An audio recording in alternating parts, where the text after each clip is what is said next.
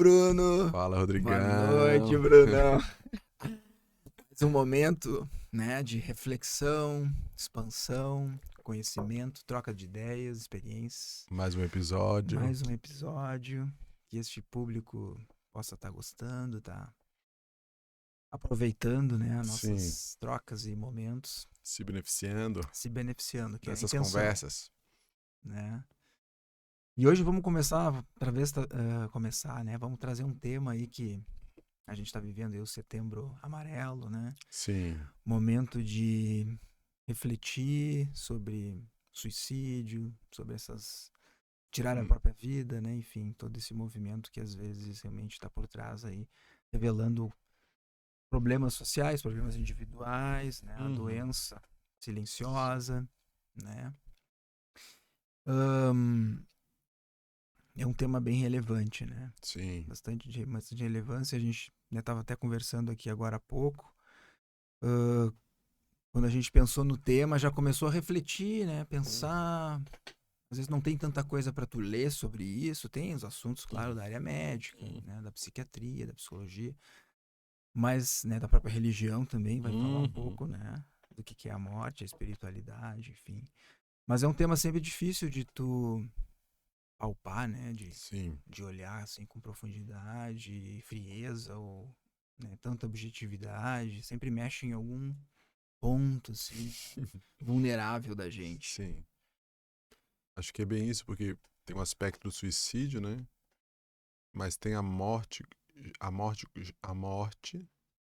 e a vida, né? Porque de alguma maneira falar da morte e não falar da vida não tem como, né? E também tem um aspecto que é difícil, porque entra também de alguma maneira o aspecto divino aí. Querendo ou não, de alguma maneira falar de morte e vida, entra também um aspecto de vida como da criação, e como criação um criador, ou algo que cria. Então esses assuntos eles são complexos. E também tem uma distinção entre a morte, o morrer, os mortos, né? E a transformação. E a transformação. Que não deixa de ser uma morte. Sim, então são várias etapas de várias coisas que a gente pode... Se a gente pensar a morte como transformação, só isso já é um tema, né? Só isso já é um tema. Porque, é amplíssimo, né? Porque engloba... Tem diferença desses aspectos, né? Todos, assim, se a gente for pegar isso e separar, eles fazem parte do mesmo contexto. Mas eles têm as suas especificidades que a gente pode pegar, assim, e olhar para cada um, né? A gente vai olhar pro... A gente nem combinou, né? A gente vai olhar para os mortos, vai olhar para a morte, vai olhar para o morrer, vai olhar para a vida. Para onde que a gente vai olhar, Rodrigão? Vamos olhar um pouquinho para cada um, talvez, ou deixar fluir, né? Sim. Tu acha que a gente precisa escolher um? Talvez não, né? Talvez não, só se a gente quiser aprofundar mais. Mas eu já, com dúvida, e já te pergunto agora. Tá, vamos lá. Qual o olhar sabendo assim do olhar assim bem singular mesmo da alquimia e ao mesmo tempo amplo, qual o olhar da alquimia para a morte, né? Como é que a alquimia vê a morte? Sim. Depois a gente pode trazer um pouco mais do morrer, tirar a vida, mas começando com esse grande guarda-chuva de para a morte, como é que a alquimia olha para isso? Sim. Então, a alquimia ela tem um olhar bem... acaba sendo com uma base bem espiritualista, né? Bem transpessoal, bem... Ela olha a dinâmica da vida, os ciclos da vida, né? Então ela vai olhar isso de uma forma macro, desde a parte astrológica, astronômica, e olhar isso dentro de um ciclo de micro, humano ou da célula. E tudo passa por um processo cíclico, né? De nascer, se desenvolver, amadurecer e morrer, né? Isso dentro do ciclo da matéria, na dimensão, terceira dimensão. Sim. Né? Mas ela traz a informação de que a consciência ela nunca morre. Né? Então a consciência, o espírito, né? O que move a vida, né? O que dá inteligência, o que dá toda essa consciência, ela não se desfaz, né? Ela vai seguindo o seu fluxo. Então assim uma vida vai levando a uma outra vida, uma vida vai, né? De que forma exatamente?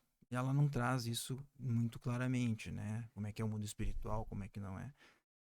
Mas a alquimia não se atém a isso, no caso. não se atém tanto a isso. Mas ela tem uma visão, assim, de trazer muito o sentido dessa vida e dessa morte, né? Então, assim, ela se detém muito nesse conhecimento de que como é que esse espírito vai chegando, encarnando e nascendo, então começando uma vida num corpo, como ele vai se desenvolver, essa linha, o caminho da vida, e de que e os aspectos dessa vida que vão se entrepondo, né, que vão sendo obstáculos, desafios, de que forma isso vai influenciando em que essa alma consiga seguir o seu caminho ou se distanciar, muitas vezes se desviando, se perdendo. E ela vai trafegar, então, nesse processo. A alquimia vai ver a vida como um caminho de transformação pessoal. Ela vai ter esse olhar de que o espírito, através da sua matéria, experiencia a vida e evolui, né? No sentido de que de cumprir o seu propósito, e aí envolve aspectos desafiadores, evolutivos, então aquelas questões mais difíceis que a gente encontra no caminho, em algumas áreas da vida, e aquelas questões que são aquelas mais, são as tuas facilidades, os teus dons, que já estão mais prontos para serem exibidos e vivenciados. Eles sempre são teus apoios também, num sentido de vivenciar essa vida. E esses dons que tu tá falando agora, pensando em morte, né? Esses dons, como é que ela concebe? Ela pensa esses dons que a gente traz do nosso sistema, esses dons eu trago como recursos que a minha alma já desenvolveu enquanto, entre aspas, vidas passadas anteriores, né?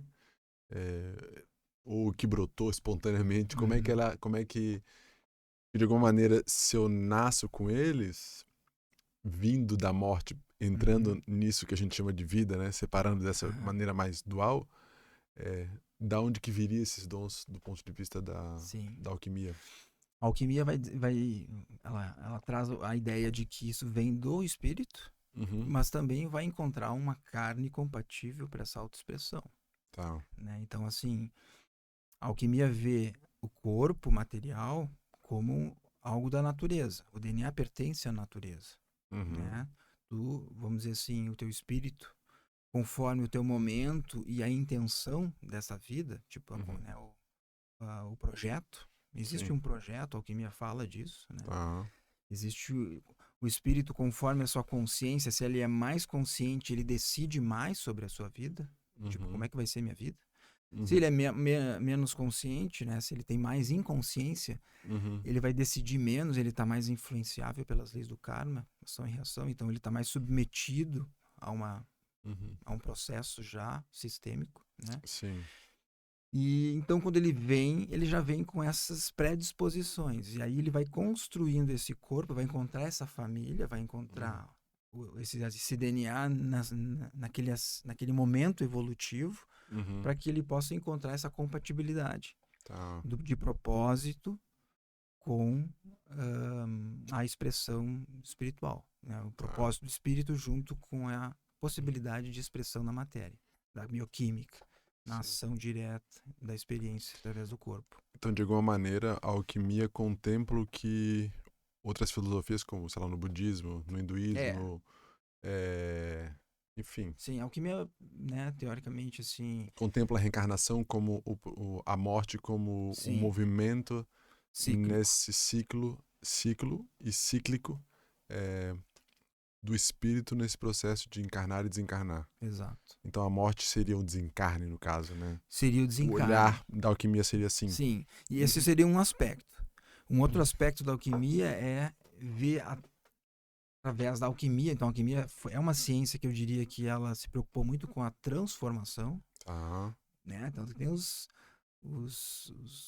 aforismas, né? Transformar o chumbo em ouro, né? Toda aquela as questões, né? Que na verdade se referiam muito mais à transformação humana mesmo, num ser opaco, né? Bruto, num ser luminoso, de expressão da sua luz, né? Porque a alquimia ela caminha por esse processo de desentupir, de limpar, de abrir os campos, né? A consciência, para que a luz saia e entre, né? Então ela vai ver também num ponto de vista da transformação, né? Evolução contínua, né?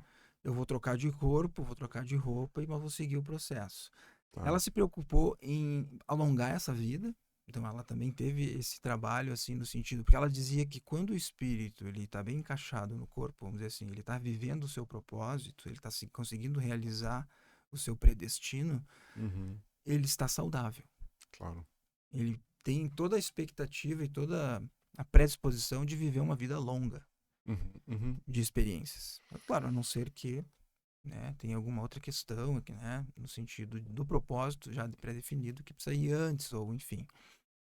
Mas nesse contexto, ela vai ver muito a saúde e a doença muito nesse sentido, né? Também. A pessoa está vivenciando ela mesma, né? Isso, encarando os seus desafios, superando, trabalhando, né? E então a transformação é um aspecto de vida e morte muito falado, muito bem latente mesmo, né? Bem latente da alquimia, né? Então, de alguma forma, as pequenas mortes, elas fazem parte também do processo, né? Da grande vida. Da grande vida. É porque as reações químicas, elas são transformações, né? Exato. Então, que é o que ela vai trabalhar como instrumento também, né? Desse processo. Isso. Essa ideia do telômeros mesmo, que hoje se fala tanto, né? Telomerase, que é aquela enzima que tem relação lá com o DNA, com os genes, que ela faz com que preserve por mais tempo a função do DNA. Então, quer dizer, isso é uma ideia, né, que hoje se estuda muito como forma de prolongar a vida, né? Onde a vida eterna estaria no telômeros. A alquimia já falava um pouco disso em outras linguagens, né? E ela relaciona muito essa ideia da vida eterna ao espírito consciente mesmo. Ele conhecer seu passado, seu futuro, né? Conhecer seu presente, né? Conhecer o passado, vislumbrar bem o seu futuro e vivenciar bem o presente. A pessoa, quanto mais consciente vai se tornando, mais ela vai integrando o passado dela com o presente e vislumbrando esse futuro. É como se esse alfa e o ômega, de alguma maneira, eles vão vindo até então, colapsarem. Isso para a alquimia é uma forma de encontrar, vamos dizer assim, a vida e a morte num lugar só. Perfeito. Né? Claro, e quando a vida e a morte estão num lugar só, já não existe mais vida e morte, sim. Esse eterno, né? Esse contínuo. Isso. Onde que daí já não existe morte, porque se é eterno e infinito, não tem início nem fim, né? Nem no tempo, nem no espaço. Isso. Sim. Interessante, né? É legal, né? Sim, super. E aí, bom, aí tem todo o saber sobre a natureza, né, de como interferir e ajudar. Né? Aí entra a visão médica da alquimia, que é muito linda, né? De tentar trazer a pessoa de novo para o seu caminho, né? Sempre essa tentativa de trazer a consciência, ajudar a superar os desafios. Sim. Interessante, interessante. E na tua, agora não prática clínica, mas depois eu quero até saber mesmo, na tua experiência pessoal de vida, não em atendimento, mas tu já acompanhou algum familiar, por exemplo, alguma morte? Já teve alguma morte de algum familiar próximo, por exemplo? Que também, de alguma maneira, não tem a ver com um processo da alquimia, de transformação, como a gente estava falando agora, como você estava falando, mas de tu experimentar, né? Se relacionar com a morte no sentido de perda, né? Sim. Que que já não tem o olhar da transformação muitas vezes aí, e sim o sentido imediato da transformação e da perda, né? Tu já teve? Sim. A primeira perda que eu tive foi do meu avô materno, né, o avô Loló. Eu era uma criança ainda. Sim. Né? Eu lembro que ele teve um problema gástrico, acho que na época. Quantos anos tu tinha? Pois é, olha, na faixa de talvez 4, 5 anos. Porque também muitas ideias ali começam a ser impregnadas, sejam boas ou ruins, sobre o que aconteceu, né?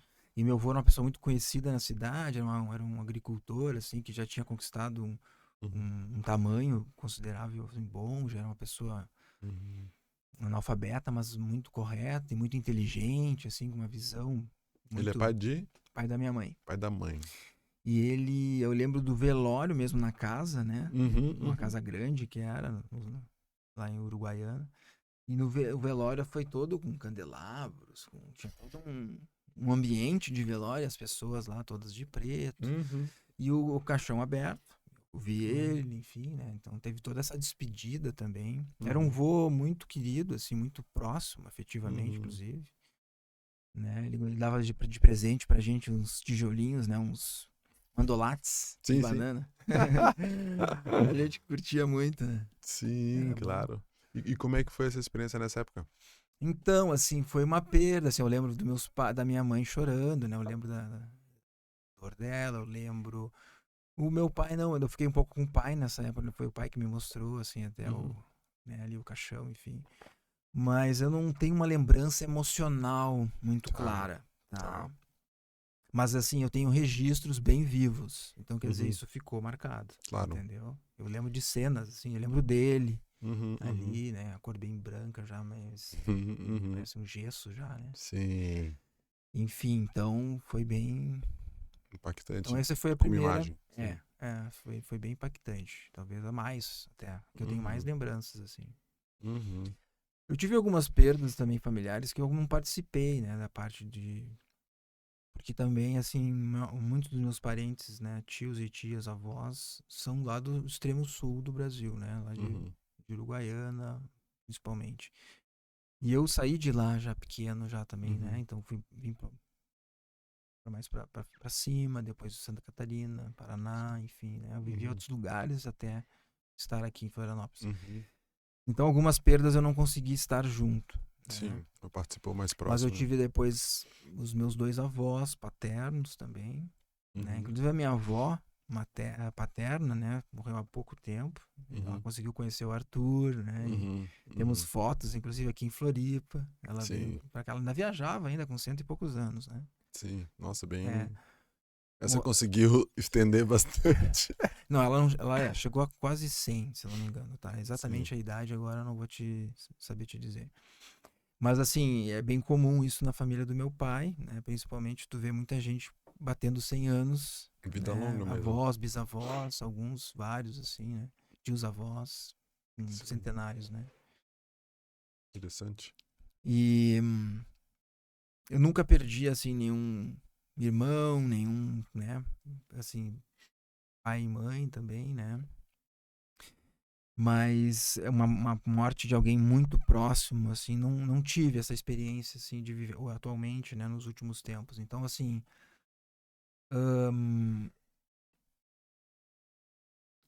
emocionalmente, talvez ainda não vivi uma dor, pelo menos não tenho essa consciência, né? Uma dor de uma perda. Mas a gente vive muito, como a gente trabalha muito com pessoas, eu vivo muito isso no dia a dia. Né? E empaticamente a gente se coloca no lugar. Então, assim, é isso, assim, que eu posso te dizer da minha experiência pessoal, né? Sim. E tu, Bruno? Da experiência pessoal? Começa por ela. Cara, eu também não... Assim, engraçado tu falou do vô, porque, claro, a tendência natural, né? Eu tive 2 situações mais marcantes, cara. Uma delas é... Eu vou começar pela da minha irmã, que não morreu, mas que teve uma situação grave. Eu nem sei se era falar dela, mas enfim. Agora falei. Claro. Que, enfim, tinha uma situação grave acontecendo e foi algo que me marcou, cara. Que foi assim. Tava com muito medo de perder ela na época, assim, tava... Pra mim foi uma situação... Tava sendo muito intenso aquilo. E eu fiz uma sessão de trauma, tava fazendo uma sessão de experiência somática como paciente. E ali pra mim também teve uma transformação e eu tive muita clareza de que a morte é um significado. Não é o que acontece. Existe um significado mesmo, né?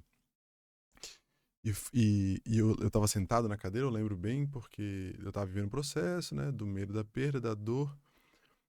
E de repente, assim, abriu um espaço, cara. E é algo que eu tenho muito vivo até hoje, essa experiência. Como se eu é como se apareceram 3 imagens simultâneas acontecendo. E eu lembro que eu senti essa dor no peito e foi daqui do peito que a imagem brotou. E nessas 3 imagens eram pessoas que naquele momento eu ainda não tinha associado, eram pessoas diferentes. Mas nas 3, arrancavam essas pessoas, e uma dessas pessoas tinha uma mulher, na outra era uma perda. Eram 3 imagens de cenas que aconteciam. E eu me dei conta que nas 3, no momento que eu entrava na dor, eu pensava, eu nunca mais vou ver. E nesse momento vinha uma dor assim lancinante e a dor no meu peito aumentava. E aí eu me dei conta que nessas 3 experiências e a dor que eu estava sentindo com a minha irmã, que depois eu percebi que também que ela estava nessas experiências, não era a dor da perda. Era desse pensamento, eu nunca mais vou ver. E foi muito interessante perceber que eram tempos diferentes. E a dor era na mesma intensidade por conta do mesmo pensamento que eu estava usando para essa experiência agora, sem perceber que era isso que estava me deixando muito mal. Foi uma coisa muito louca perceber isso assim, ao vivo, né? Tipo assim, ao vivo eu digo... Sim, sim. Com toda a simultaneidade. E eu me lembro que eu estava sentado de frente para a pessoa. E quando eu me dei conta de que eu nunca mais vou ver, de que era esse pensamento que me fazia sofrer nas 3 e nessa que era a 4 que eu tava vivendo, quando eu me dei conta disso, cara, me deu uma descarga. E eu, cara, soltei. Isso, essas experiências também, por isso que é uma coisa muito curiosa, isso mudou muito a minha percepção também de vida passada, porque é uma sensação de que vai girando o espaço. É como se o passado também não tá mais atrás, vai vindo pro lado, sabe? Né? Muda essa dimensão também. Estranho, mas difícil explicar por que e como, mas é que muda essa dimensão da relação no espaço disso, né? E ali eu me dei conta com muita clareza de que o que me fazia sofrer não era o que estava acontecendo. O evento me dava dor, mas o que me fazia sofrer era esse pensamento. Eu nunca mais. E pode ser num termo de relacionamento, que pode ser alguém indo morar em outro lugar, né? E pode ser na perda, né? Sim. Mas esse pensamento, eu lembro que essa frase depois eu anotei, porque ela virou assim, meu Deus, o poder de uma crença que permanece. E ainda que eu estivesse experimentando e vivenciando de novo ela com outros formatos, aquele pensamento seguia e estava se manifestando agora em 2000 e sei lá, 16, 15. Estava experimentando aquilo de novo. E eu saí da sessão com uma paz de uma certeza da continuidade da minha relação com ela.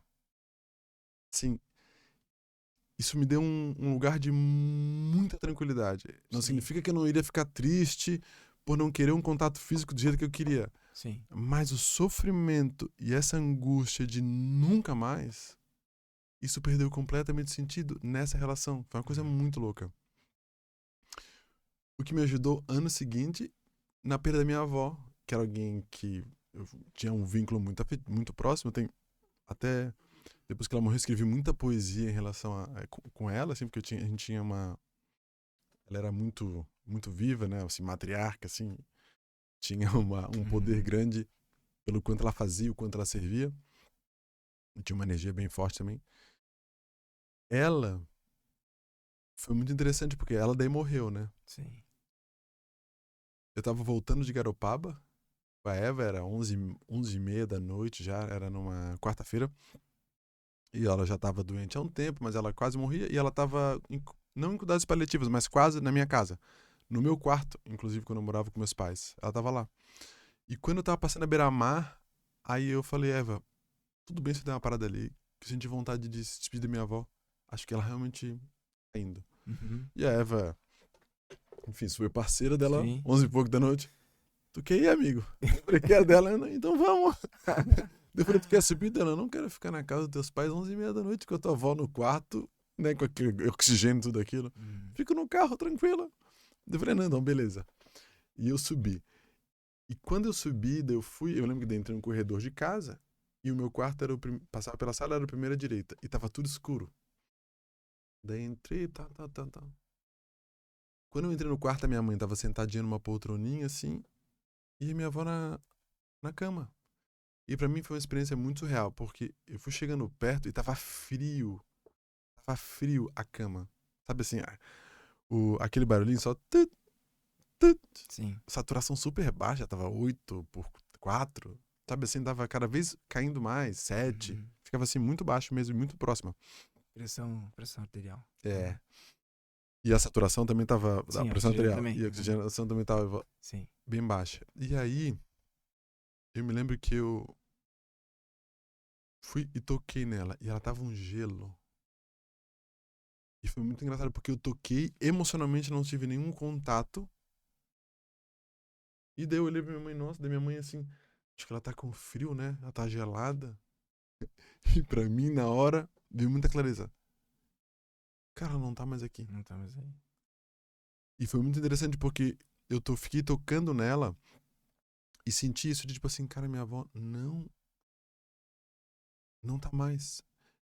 E aí eu fui tocando e eu senti aquele gelo, aquela atravessando aquela experiência de frio mesmo.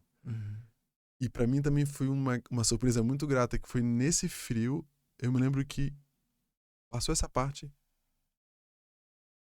e eu senti a textura dela de novo. Muito longe já, assim como, não longe como um fio distante, mas tão expandido, é como assim, como tava distante. E pra mim também foi uma travessia muito incrível de ter sentido naquele medo, e, claro, fiquei triste, chorei ali na hora, né? De perceber que minha avó morreu, ainda que tava ali, mas também me deu essa sensação de encostar nela depois. E foi uma sensação tão quase que física, ainda assim, a textura, né? Era tão quase como se tu toca no algodão, assim, sabe?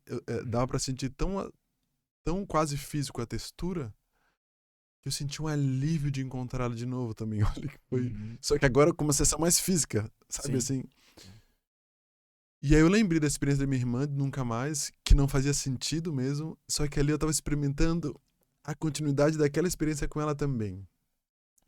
E foi muito bom, porque quando eu fiz isso, encontrei ela, e eu saí de lá, dei um beijo na minha mãe de boa noite, no outro dia de manhã eu tava atendendo, recebi a mensagem, na hora eu sabia, minha avó morreu. Mas assim, ó, sem dúvida. Sim. 11 e pouco da manhã, minha mãe falou, a avó morreu. Sim. Enfim, e aí foi muito interessante porque aquela sensação ficou muito viva, do campo dela ainda ficou muito vivo comigo. E levei minha filha olhou ela, brincou ao redor do caixão, foi uma coisa assim, bem assim, até lúdica, foi uma experiência muito leve.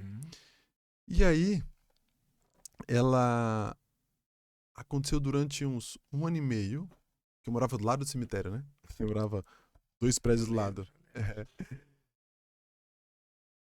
E por muito tempo, quando eu me fechava os olhos, eu sentia ainda e tinha uma vaga imagem de onde ela estava. Foi uma coisa também, mas é como, sabe, tu abre uma janela e tu vê o horizonte, mas tu não vê como um lugar separado. E isso era muito interessante. E nessa época eu comecei a escrever muita poesia sobre a minha relação com ela. E ter encontrado ela em mim também, e como em mim, como extensão fora. Eu lembro que eu fui no velório da Bibi e ainda falou, tá, tu não vai chorar? Eu falei, cara, eu chorei ontem à noite, mas assim, eu vou sentir falta de uma convivência que eu tive lá com ela quando era muito pequeno, mas eu sinto a presença dela de uma maneira ainda muito clara, muito clara. E aí, volta e meia, fechava. E aí um dia eu tava andando de bicicleta e passei pela frente, daí minha filha olhou e falou, e na hora eu falei, nunca mais, no meu momento de silêncio assim, eu percebi essa continuidade, é como se isso foi... Teve até uma imagem num dia bem claro, perceber que é ela retomando a consciência do que estava acontecendo. Muito claro isso. Tipo, como se ela estivesse despertando, nascendo nessa continuidade. Foi muito louco. E essa foi a última vez que eu vi ela. Com uma imagem assim, contínua. E a gente passou de bicicleta, a minha filha nunca tinha falado. Ela falou, pai, nunca mais a gente viu a avó. A Bisa, né? Olha que louco, ela tava sentada na cadeirinha da frente.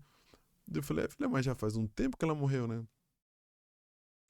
Aí a Bibi cheguei em casa, a bike dela, Bruno, agora que eu lembrei, tá fazendo 2 anos que a Bisa morreu, né? que a tua avó morreu, a bisa da flor. Eu falei, nossa, e eu passei por ali, pensei, nossa, como realmente... O tempo passou, né? Passou, a dimensão tá diferente, não tem mais... E a flor chegou e falou isso, que saudade que a gente nunca mais viu e tal dela. Sério. Foi algo super sincrônico, assim. E... Legal. Enfim, foi. Então... Eu conheci tua avó. Tu conheceu a minha avó? Conheci tua avó. Tu conheceu a avó Maria? Já tava mãe da tua mãe, né? Mãe da mãe, Sim, isso. tua mãe trouxe lá pra mim. Ah, ela trouxe. Conheci ela. Que coincidência. Foi bom, então... ajudei ela um pouco, assim, também. Foi bem legal.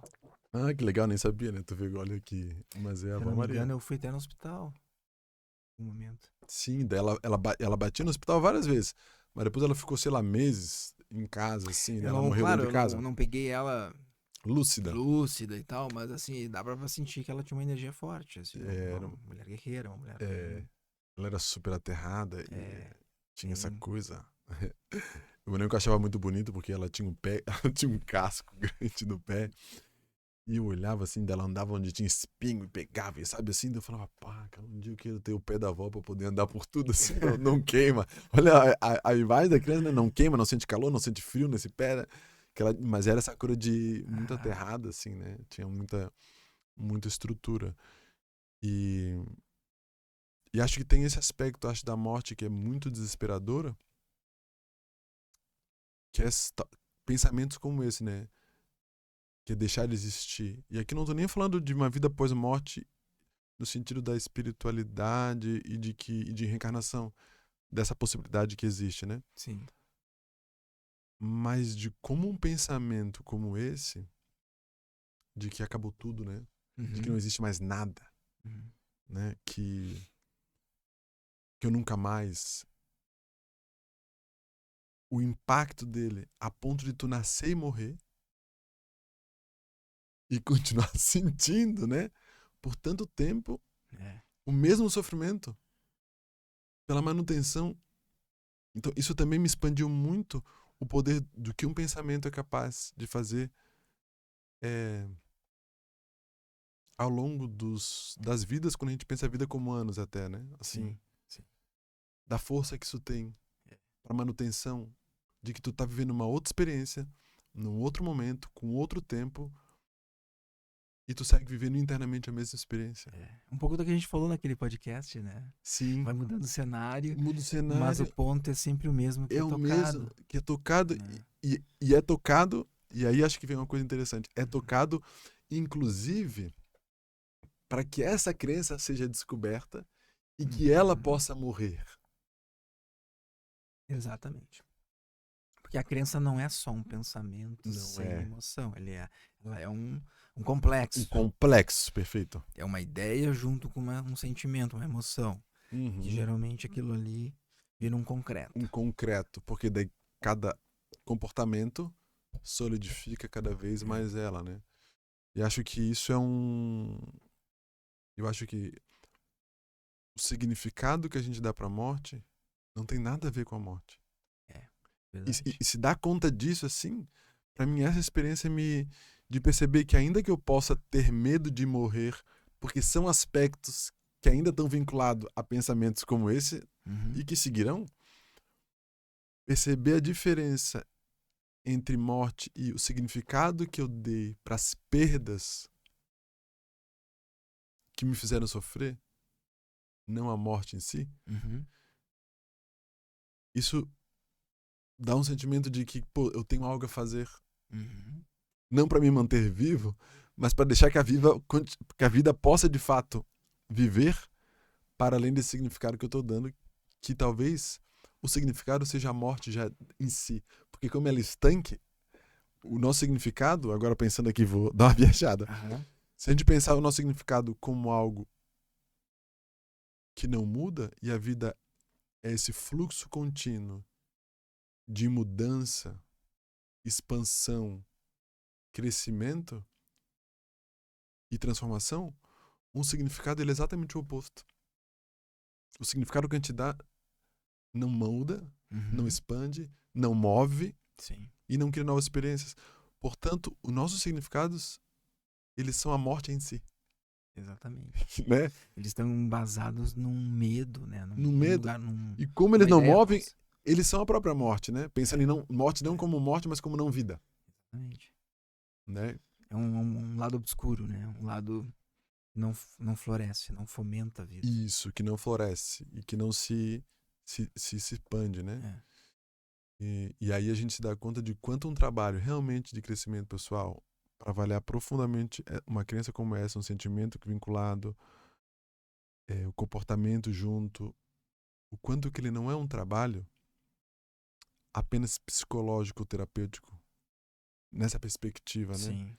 Ele é um trabalho de deixar que a vida possa seguir fluindo infinitamente em todas as direções. É isso aí.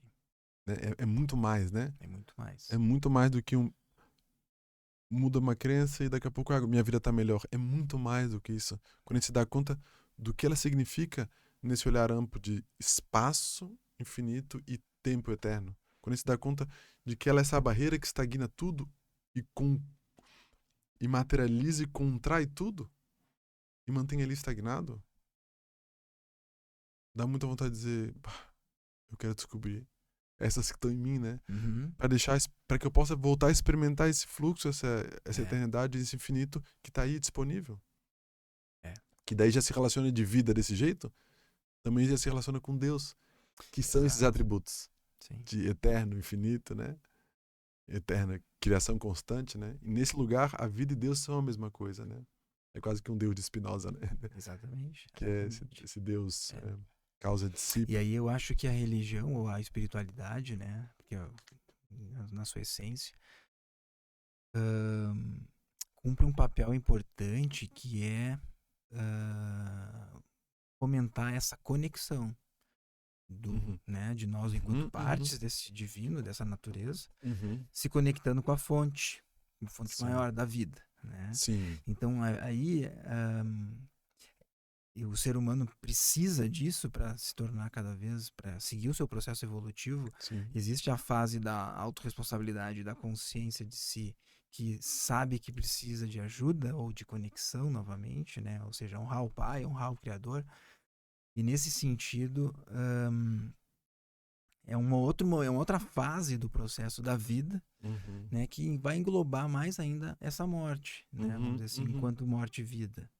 Né, e o medo, esse medo da finitude também é cada vez mais vai se perdendo, vai se diluindo nesse processo. E a sensação de eternidade, espaço e tempo mais eternos, né, mais longínquos, vai se estabelecendo enquanto estado de consciência, estado quo do momento. Sim. Então isso é uma coisa que a gente trabalha muito nos grupos dos homens do Petor, eu e o Martin, até eu valorizo muito essa coisa de fomentar eles, vamos praticar a prece, a meditação, a oração, a conexão, seja a forma como fizer sentido para ti. Claro. Mas precisa ter uma prática voluntária, vindo de um lugar onde eu quero isso, né? Claro que a pessoa tem que chegar num momento e entender o que significa isso, né? Sim, exato. Não vai fazer repetindo porque mandaram eu fazer. Quase que teológico. Né? Não. Mas é a ciência espiritual, é a conexão. Né? A gente está lidando com uma consciência, com uma tecnologia avançada que envolve o livre-arbítrio e um movimento espontâneo. Claro. Né? Eu acredito em Deus, eu acredito nos seres superiores, acredito numa consciência maior, numa dimensão maior. Como é que eu vou ter esse conhecimento? Eu preciso me colocar de forma a receber esse conhecimento, porque ele vem de cima, não, né? Vamos dizer assim, ele vem de uma hierarquia maior. E nesse sentido é a prática. É a prática da conexão sincera, conectada. E eu acho que essa é uma parte da vida também envolve uma transformação, uma vida, uma morte que se dilui numa vida, né? Uma expansão maior ainda, um alongamento da consciência enquanto vida. A sua existência. Claro, porque agora quando tu diz isso, é interessante porque pedir ajuda, se abrir para algo que vai para além de ti, é uma morte do nosso ego autoimportante. Exato. É um ato de humildade. É um ato de humildade. Então, naquele momento, também é uma morte do orgulho. E aí... é uma morte também, né? Já é também um tipo de morte. E é interessante porque eu estava pensando agora quando tu falou isso, né? Claro, superior, mas pode ser, quando a gente pensa em superior, pode ser lado, pode ser para baixo, para dentro, mas que vai para além, né? Vai para além, exatamente. E o quanto que também experimentar esse desejo profundo, como tu falou, de pedir ajuda, faz com que eu já experimente algo para além de mim. Exatamente. E quando eu vou experimentando algo para além de mim, a sensação de separação vai diminuindo, né? E se a sensação de separação vai diminuindo, o medo, que é filho dessa separação, ele também vai perdendo sentido. É porque o medo é uma separação. É a separação. É uma ilusão. Né? E daí, então, se eu sou eu e tu é tu, quando a gente vai se aproximando e eu deixo de ser esse eu que eu acredito que eu sou, eu vou experimentando a morte. Então, inevitavelmente, a gente vai ter que morrer para as nossas separações. Exato. Porque a vida busca unidade o tempo todo. Sim. Então, não tem como, nesse pedido de ajuda, também uma boa forma de já expandir o nosso limite do eu só eu e tu é tu. Isso aí. Né? Então, o quanto que esse pedido também é uma forma voluntária de experimentar essa expansão, ir além dessa barreira que a gente vai colocando, né? E alargando, né? Vai dilatando. É uma abertura de fusão, né? Com todos, tudo e todos, né? Tudo que é vivo, né? Sim. É um pertencimento, né? Ao mesmo tempo. Sim, profundo. Exato. A vida, né? A vida. Sim, isso também é interessante. Pra te ver como a vida e a morte realmente é a mesma coisa. É a mesma coisa. No nível, é interessante isso, né? No nível se vida é movimento e transformação, é quase que a morte é o grande ente, vamos botar assim, da vida, que faz o trabalho de transformar. Então, ela dá um... Criando aqui isso, não existe, mas tô inventando. É quase como, para a vida poder ter a característica básica de ser vida, ela necessariamente precisa da morte. A morte é a grande servidora da vida. Para que ela seja o que ela é, que é movimento e transformação. Então é como se ela é a grande servidora. Sim. E de alguma maneira, na nossa fantasia desse pequeno ego, é a grande vilã. Exatamente. Né? Isso Exatamente. é curioso pensar, se a gente olha a morte como ela é a grande servidora da vida. Para que a vida possa seguir o propósito dela, que é seguir expandindo, criando. É que ela implica no desapego, né? Ela cobra do quê da pessoa, né? Do ser pequeno. Isso. Pequeno ego, desapegue. Solte, deixa aí. E aí é difícil, tem coisas que o pequeno ego não quer soltar. Ele quer tudo pra ele. Tudo. Tudo aí, pra ele. Do jeito que ele quer. É uma criança birrenta, né? Mimada. Inquisitora. Sim. E, claro, a busca toda é fazer essa criança crescer, né? Sim. Sim. É bem isso. Essa criança, a gente pensa como o ego. Numa expressão maior. Sim. Se a gente pega uma criança e um adulto, é isso, né? É bem interessante mesmo. E ao mesmo tempo, esse desapego é curioso porque a vida que a gente vive, pelo menos no Ocidente, né, é marcada pelo nascimento e por uma morte, né? Se a gente pega a história do cristianismo, ainda que a vida de Cristo seja bastante falada como em várias etapas, o grande momento foi o da morte, né? Aos 33 anos, né? Aos 33. Então, é curioso pensar que também a nossa civilização ela é marcada por uma morte.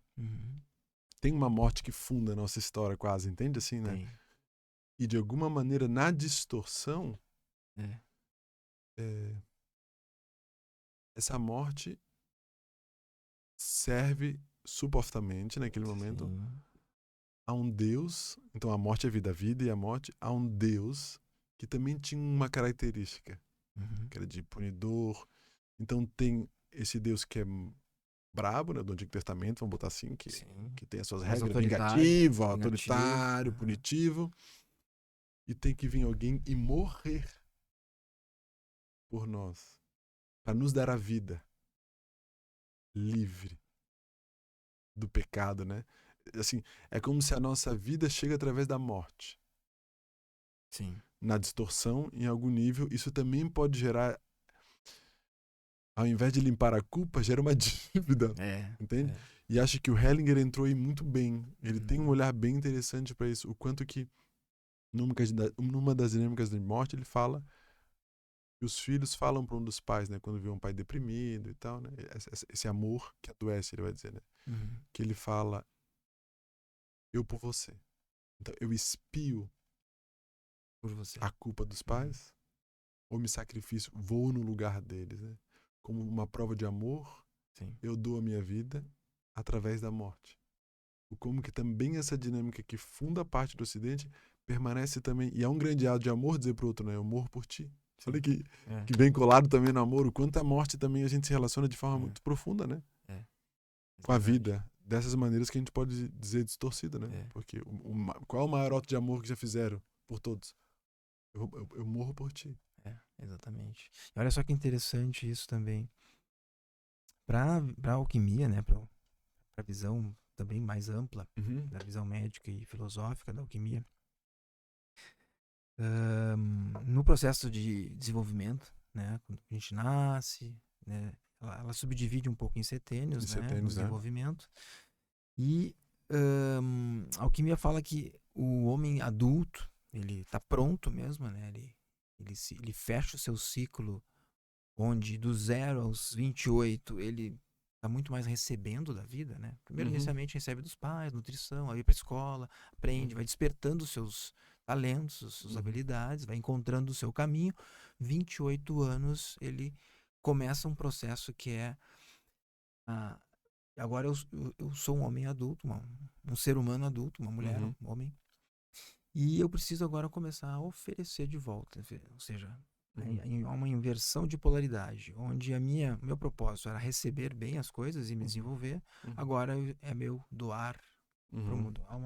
E esse processo acontece dos 28 aos 33, que é quando ocorre o segundo nascimento, vamos dizer assim, a primeira morte. A primeira 28 morte. anos a gente morre para a criança, para o menino, né? E começa a ser uma pessoa adulta, ou seja, o adulto ele se realiza em oferecer, em dar, claro. né? O seu talento, sua habilidade, se sentir realizando no mundo. É assim que ele se realiza. Claro que ele precisa do dinheiro, precisa da energia, mas isso vem de forma consequente, como natural, fluxo, né? como um fluxo natural. E aí aos 33, ele tem que ter encontrado ele tem que estar nesse caminho. Porque senão ele começa um processo de morte. No sentido de frustração, adoecimento, enfim, né? Ele já começa a sentir o peso de não ter crescido. Da vida não poder usar ele como um instrumento. Como instrumento. Exatamente. Interessante. Então é interessante, né? E claro, esse número 33 ele também tem outras relações com as vértebras, né? Com os registros, né, de memória que a gente carrega, que vai despertando ao longo dos 33 anos. Por isso que a gente tem que saber quem a gente é, né? 33 anos eu tomei consciência de boa parte da minha existência. Claro que talvez isso não esteja palpável em cenas, claro, mas a experiência tu sabe que tu internalizar, né? Ela está internalizada e disponível. Sim. No teu campo de consciência. Sim. É interessante mesmo, porque agora tu falou dos 28, porque é isso mesmo, né? A criança, ela dá se abrindo para receber. E o adulto recebe no processo de dar. Exatamente. E aí se encontra a satisfação e a plena realização, né? Então, se tu não sabe o que é e tá longe de ter clareza o que tu tem para oferecer, tu continua querendo receber. Só que ao invés de ser uma criança que tá de braços abertos, tu começa a querer contrair. Tu vai tracionando, pedindo, exigindo, buscando, ao invés da vida poder te atravessar aí, né? E levar para os outros. E tu te satisfazer, porque nesse ato de dar, tu te sente recebendo. Sim. Né? Então, realmente, é um movimento muito mais de que de expansão, de contração. Que é esse eu quero, é esse puxar, né? Isso, e é um movimento em direção à morte, pensando a vida nesse lugar de fluxo que vai. Esse eu quero é um movimento de retração, né? Exatamente. De contração, eu quero. Em vez de eu dou. É bem Mas o interessante. entendimento desse ciclo, assim, ó, tu resolve mais de 50% dos problemas do consultório. Não é? Sim, claro. E é isso, né? Já morreu porque precisava e nasceu porque precisava? Exatamente. É ponto. É isso aí. Sim. Esse é o resumo da Como história. assim? Tu tá dando ou tu tá exigindo? Sim. Então, se tu tá com dúvida, começa por aí. Começa e termina por aí, né? É porque é interessante. Eu acho que a morte tem várias coisas. Teria algumas dinâmicas interessantes pra falar das constelações também, mas Sim. que nem me trouxe essa só do amor, do menino, do amor que adoece, né? Da criança. Uhum. Mas tem outras que falamos em outros momentos. Mas é interessante A ver gente foi isso. para um caminho bem filosófico hoje, né? É isso, né? Faz parte. Faz parte, né? Faz parte. Porque a morte entra num campo mesmo, né? Tu não Sim, sente? sim. Falar de morte é uma... Por isso que talvez seja uma coisa, às vezes, meio... Uhum. Acho que tu entra no campo espiritual, né? Sim. Entra num campo diferente, mas Não é isso. muito... Não muito. Ao mesmo tempo, ela. É filosófico, né? No Depois final. ela desperta uma vida mesmo, Uma né? vida, Uma vida. exatamente. Uma vida, né? Uma vida Porque profunda. tu... Aquela coisa, né? Tu olhando e se colocando no lugar da finitude, da morte, Uhum. também te leva pra sentir no mesmo lugar o Uhum. potencial da vida que está ali ainda, pulsando, né? Pulsando. É um valor, né? Valor pra tudo que é, né? Vida e Uhum. morte, onde no mesmo lugar. Exato. Presença. É a presença. A plena presença, né? Porque imagina fugir da morte, em última análise, nunca se relacionar com a vida, né? Total. Então, acaba que é como se eu fosse, a vida tá aqui, eu vou de costas, né? Eu vou indo de costas, fugindo daqui, mas nunca me relacionando com o que ela tá ali trazendo, né? E tu falou desse campo, se tu for ver em várias tradições, né? Tem o livro dos mortos, né? Tem. No Egito, no Antigo Egito, tem do tibetano, né? Tibetano. É um tema que eu acho que de alguma maneira aqui ficou um pouco talvez até por a gente perder essa relação de é quase como se as coisas aparecem, tipo, sei lá, um ovo aparece em casa, não sabe que vem da galinha, né?